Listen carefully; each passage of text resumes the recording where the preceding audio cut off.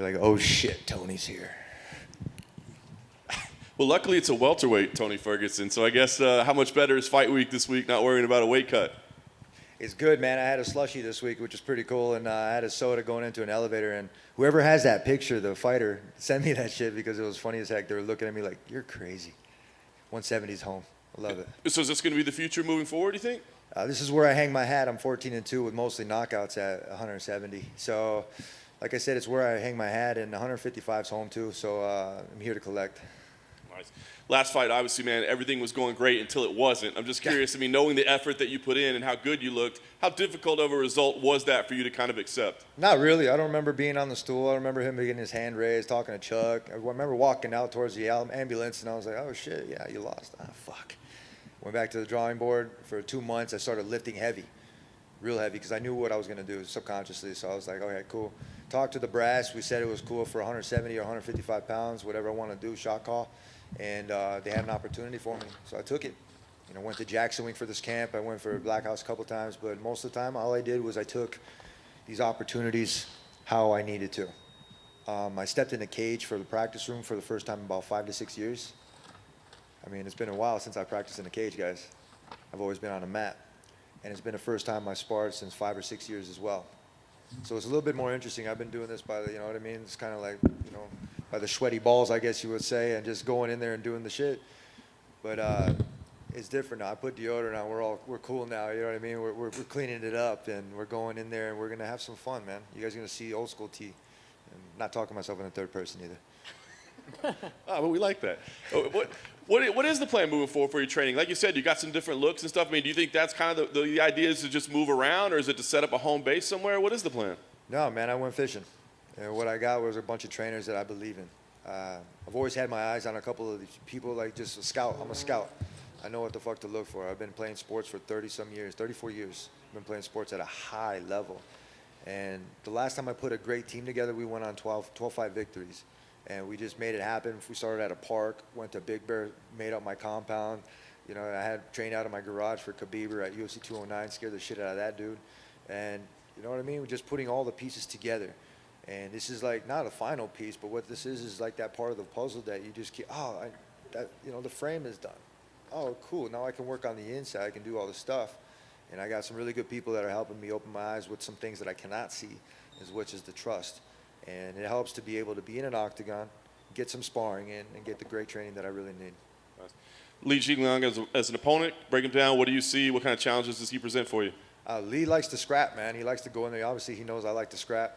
We're gonna go in there. We're gonna impress a lot of people, toe to toe, balls to the walls, and we're gonna go in and make some fireworks for you fuckers.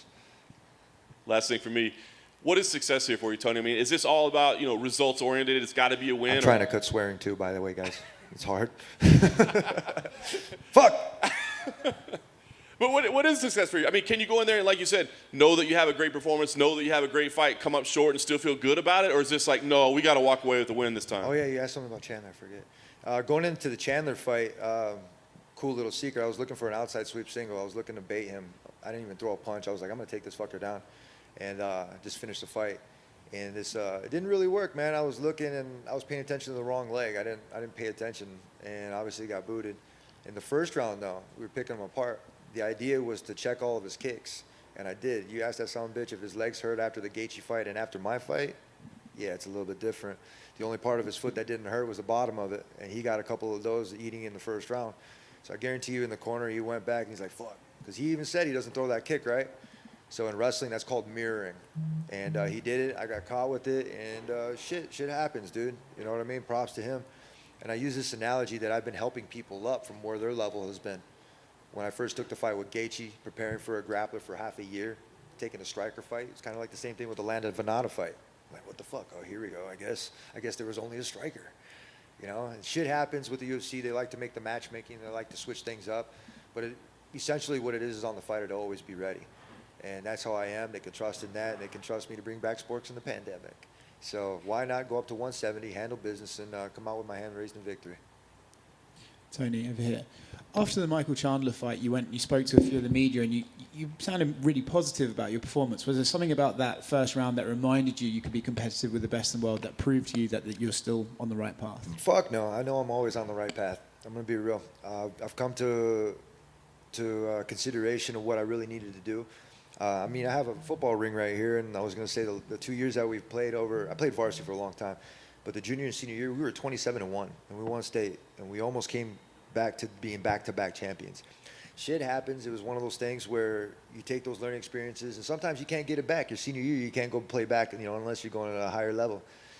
For me, I have all the trophies and the medals and all the charts and everything, the Ultimate Fighter trophy. I have a Fighter's Award trophy. I have a belt. I have the titles. I have these things. The Hall of Fame is right there, but I'm considered already fucking in it. When that time comes, it's always looking for something to be better at or to have another goal. I haven't looked at that new belt like it was something I wanted for a very long time. And I started watching a lot more film and kind of like seeing everybody get that belt, because I'm an old school guy. I love to get all the old school stuff, and it's collecting checks and choking necks all day. So I'm here for the right reason. When you look at the welterweight division, right, it's always refreshing when you get to change up some of these opponents. Are there guys in that division you look at and think, that's a fun scrap, that's a fun scrap? All of them are fun scraps. Everybody's a little bit bigger. I'm faster and I'm stronger. So they're going to have their hands full no matter who's in front of me. And, this weekend is Li Jing Liang. So we'll try there. We'll start there. And we're going to come out with our hand raised in victory, man. He's going to have a long ride home. Obviously, at 155, this fight between you and Conor McGregor was always discussed. Do you think that's just behind you now? McNuggets. Do you think that lost his sauce?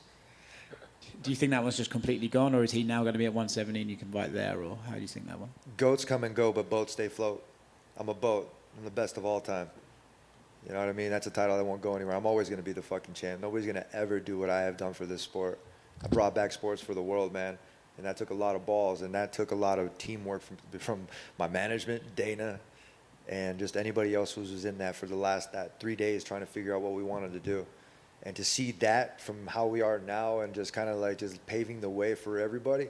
Everybody loves this fucking sport, and I'm very glad that they do, because we work fucking hard, man, in this sport. I can't say anything about boxing because I'm not a professional boxer, but I see them training just as hard. And if you're in a high-level competitive sport, you better love that shit, man, and try to figure out what you really want to do. And I've got what I want to do. Last one from me. Great main event on Saturday. I'm curious how you see the fight between Nate Diaz and CHIMAEV going. Double knockout. They knocked each other the fuck out. Tony Ray, you said we should expect you the old tease. I see you dyed your hair. Is that part of it? Like, because you did that for years. I was just going too fast. The color faded, and I can't really do anything about it. It's something different. Like I said, I've always done it, and people just have jocked my style for a long time, and I stopped doing it. You know what I mean? I'm a cool guy, and when somebody does something cool like I do, I'm going to be like, fuck it, I'm going to go do something else. It's just not following trends. It's not doing anything else but just being me. And I like being me. 170 pounds, 155 pounds. Last time I scolded everybody, you know what I mean, which was cool. I don't have to do that. I said my piece already. I don't have to be an asshole. I can go in there and do what I want to do because I do what I want. And it's because I work my ass off. I love Vegas. I love how it is. It's Vegas strong all day long. And I'm here and happy to present myself at UFC 279. So when you see Charles Oliveira's hair dye, you're just like, I did that first? Nah, I don't really care. He's my student. And if you realize that, like I said, I did zero jiu-jitsu preparing for that kid. And that was a funny one. But that was during pandemic. It was some just random shit. Didn't happen. Hey, can you guys make it? No, man, I'm across the state. All right, shit, fuck it, whatever. I'll see you guys sometime. And just making it happen, just trusting in my training from Coach Eddie, which I did, man. That dude couldn't tap me out. It was crazy. When he had my arm out there, I was thinking of my kid, because my kid's kind of not double jointed in that shit, but I was like, fuck it, I hope I am too. And just making it happen, man, and just being and smiling throughout the whole entire journey. You know what I mean? If you're backpacking across fucking the whole entire state or running across it like Forrest Gump, you better enjoy some shit. Have somebody buy you some new shoes. And you were pushing pretty hard to try to, I think it was to coach the Ultimate Fighter against Khabib, like team versus team. Was there any? We got the green light, bro. We're waiting on Khabib's fat ass. I actually called him Khabib. Did you guys hear that shit? We're waiting on Fathead's fat ass. And I'm going to be real with it. We got the green light from the brass. Went and talked to them. We got the green light from his coach. We got the green light from his agent. His agent comes up and tries to hug me. He was all in pink. Fucking looked like Pinky from Friday. It was funny as fuck. There he is, a bald head. And just, you can spot him anywhere, and he comes up and he's like, let's do this. And in the reality, we're just waiting for Khabib's fat ass. So, I mean, he's the one that's scared. Regardless if it's a fight or not, we'll go and coach, and I'm sure we'll make it entertaining. I'm sure he'll break before the fighters are on that team. And I still got some good material that I haven't used yet, so I'm just waiting for that day. Do you think you can be the one to get him back out of retirement during the season? I am the one to get him out of retirement. That dude's not retired. when it comes down to it, when you lose somebody, you have to take some time off. You have to think and do whatever you have to do. But his father had said that the fight to make would be myself and Khabib. And before he passed away, he did say that. And Khabib has that in his mindset. I gave them 4 fights of film. The idea was to take competitions and to be able to give him film. So that way he could feel a little bit more comfortable coming inside the cage. Because I did tell him one time, I was like, when you're locked in there, nobody can help you. And you guys remember when he surrounded me and my family here at New York, which is a little bit crazy. I don't fuck around. It's the same fucking way. And the thing with Khabib, if we do fight, that's for them. This weekend is at UFC 279 against Li Jingliang. He's from China. He's a tough motherfucker, and I'm going to go in there and have my hand raised in victory. Ankle pick. Tony, Yes, sir. to you right Hey. with you and Nate. Your other right. With you and Nate being on the same card, he said that he wanted to fight you. Was that fight ever on the table? I think it was. Shit, like I said, shit happens. You kind of just don't understand where the matchmaking is. They'll say that you got to fight, and then they'll give the fight to somebody else or whatever that's going on contracts. Nate's cool. I'm going to be real. I have no guff against him. I mean, if we scrap, it'd be cool. You guys know what you're going to get. But I got some respect for the guy. You know, we were ever at a fight in Anaheim, which was funny because even before he called me out, he was like, Tony! And I was like, not now, I'm busy. And I was walking off to an interview, and this time I actually saw him, and he was with his buddy. Tried to pass me a doobie, and I was like, no, not right now, man. It's okay. We're at the fights, and it was his friend. It was funny. We didn't say anything, though. And I looked at him, he looked at me. And we were not trying to meme, we were trying to figure out what the fuck somebody else is going to say or who's going to say hi first. And we both went, we gave a high five like this, and we bumped some chick on the head with our elbows on accident. So it was kind of a funny moment, but that was it right there. And so like I said, the DIAZ has done a lot for the sport, and then, you know, they keep doing the same thing that, you know, everybody else does, but it's us big brothers that are leading the way to teach these guys not to be a bunch of fucking pansies. To go out there and don't tap and fucking come out with your hands raised in victory. Are you surprised you two haven't scrapped? No, not really. I don't care. I'm going to be real. When it comes down to it, I got to trust in the matchmaking. You know, Sean Shelby knows what he's doing. You know, you got Hunter Campbell and Dana White. They're a good team, man. They know what the fuck they're doing. So if they're putting all the pieces together, you know when they're fucking training or they're making everybody fight through a logarithm. You know when they're doing it. I've been watching for a lot, like 10, 12 years. I've seen them go from different kinds of commercials, from Fuel TV to Spike to Fox, ESPN, now Disney. I've said that in my last interview. I've seen them all. I've seen the pay increase. I've even helped pay increase. And just being there, like, you know, like a fucking people's champ. You know, that's how I don't call myself that. But it's just, like I said, that term champ, that's never going away. I'm not going to stop doing what I'm doing to help the company. I'm not going to, you know, decrease value myself. You know, that's not the way to do that, is to get better, evolve, and make this place fucking awesome. You know, Forrest Griffin, perfect example. He's over at the PI. You know, he was traveling around in the same car for the longest time. Everybody would say that. He's like, yeah, he won the car on The Ultimate Fighter, and he's driving around still. That was from season 13. Holy shit. So it took him, I don't know how many seasons, how many years to be able to get to where he's at. I started in the mail room, too, in The Ultimate Fighter. It was kind of shitty. But where I am now is a shot caller. I do what I got to fucking do in order to get shit done, and they can trust on that. Is that a new wrist tattoo? Yeah. So I got some feet on me, not because of Chandler fuckers. This right here is my son, Angel Anthony, and this is my son right here, Armand Anthony, my wife, Christina. So this is the family arm. I like to fly, obviously, and you got the names right here. And I have a rosary right here, one of my good friends, Father Joe. He's cool as heck. He's kept me in the game, man, which is awesome. I got a couple friends that are priests, which is cool. And I come from a Catholic school, Mesquite Catholic Central. And just surrounding myself around good people just helps remind me, man, where I come from, and to be able to stay focused and to have somebody that has been there. He was in the Afghanistan war, and he got called in, the priest. And he brought his rosary with him, and he would say a lot of sermons for a lot of the different soldiers, and he would, you know, be on active duty, which is crazy. And I'm like, well, you a priest? He's like, yeah, I was there. It was cool. And he'd have a bunch of stories, which is cool. And I would sit there and talk to him. And I was at the church, and I asked him, I was like, hey, do you have any rosaries that I can buy? I have mine. I can't find it right now. And he says, yeah, I'll be right back. And he goes in a couple different places, and he comes back in like 10, 15 minutes. It was like for a while. He was looking for a while. Good guy. And he comes back, and he has one. He's like, here, you can take mine. He's like, this one's from the war. And I was like, oh shit, thank you. I didn't mean to swear. But yeah, I said, oh shit. And what I ended up doing was I got the rosary on me. It was my last fight, you know. You saw me in the background, I was saying the rosary. It wasn't because it was just saying it. It was because I was reiterating what I was taught from, you know, the priest, Father Joe, and just putting it back in there how I used to before football games. You know, we used to do prayer services or have full mass beforehand. And it was a good reminder, and it was enough for me to be able to go and do that. And it was cool. So everything has a meaning.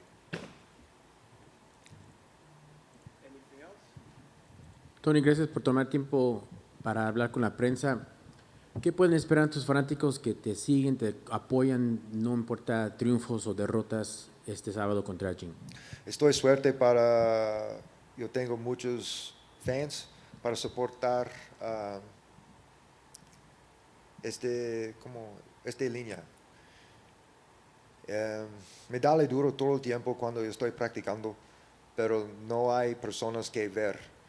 Y entonces solo una noche que todo el mundo ver que yo estaba practicando. Y es importante para yo, para ser mexicano, pero porque hay mucha gente en el mundo que necesitarlo. Y este fin de semana contra Li Jingliang, yo estoy listo. Estaba preparando muy inteligente con los otros gimnasios y mezclaba todos los movimientos y las técnicas. Y yo estoy listo para todo. Te da un poquito de más energía, más énfasis que en esta misma ciudad ganaste tu título interino del peso ligero hace unos cuantos años sobre Kevin Lee. La gente en esta ciudad es muy, muy amable. Teníamos mucho duro en esta ciudad, como el mismo año, como el día antes del Fight Week, hay un problema y con el shooting.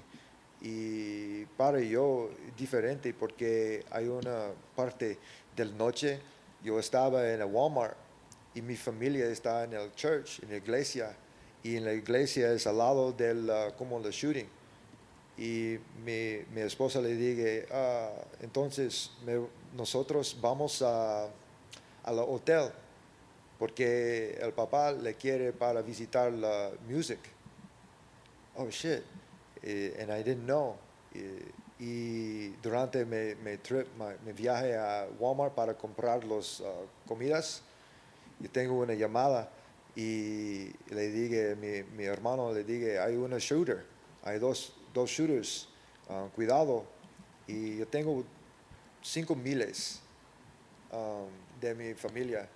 Y entonces nosotros necesitamos ir al hotel para encontrar mi familia.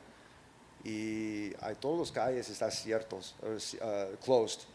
Y entonces manejar arriba como las otras partes y encontrar the opening of the hotel y encontrar mi familia y yo ver la televisión.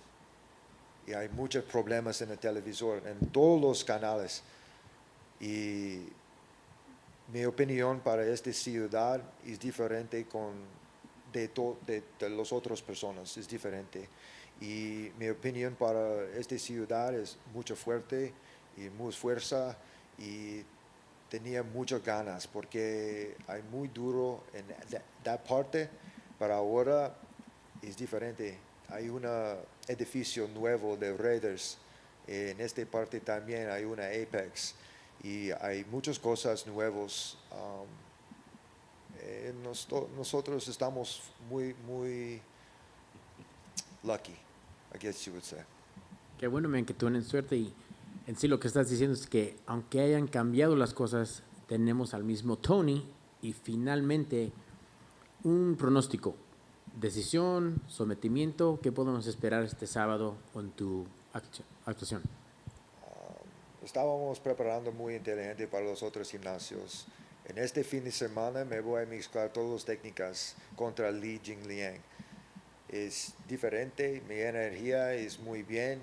Estoy sonrisa todo el tiempo porque me comes todas las comidas ricos de español, como los tacos y burritos y Slurpees from 7-Eleven, y como es diferente. 155 piso ligero es diferente para yo. Para la welterweight, esta es mi casa. Esta es mi casa. Es un lugar que me poner mi gorro aquí. Y en esta parte me voy a llevar el gorro y colectar mi dinero. Gracias, man, y buena suerte el sábado. Gracias, gente. Compa. Tony, just one question over here, Johnny, with iHeartMedia Salt Lake. What's cracking? Going back to your amazing run on Tough 13, you finished all your tough opponents.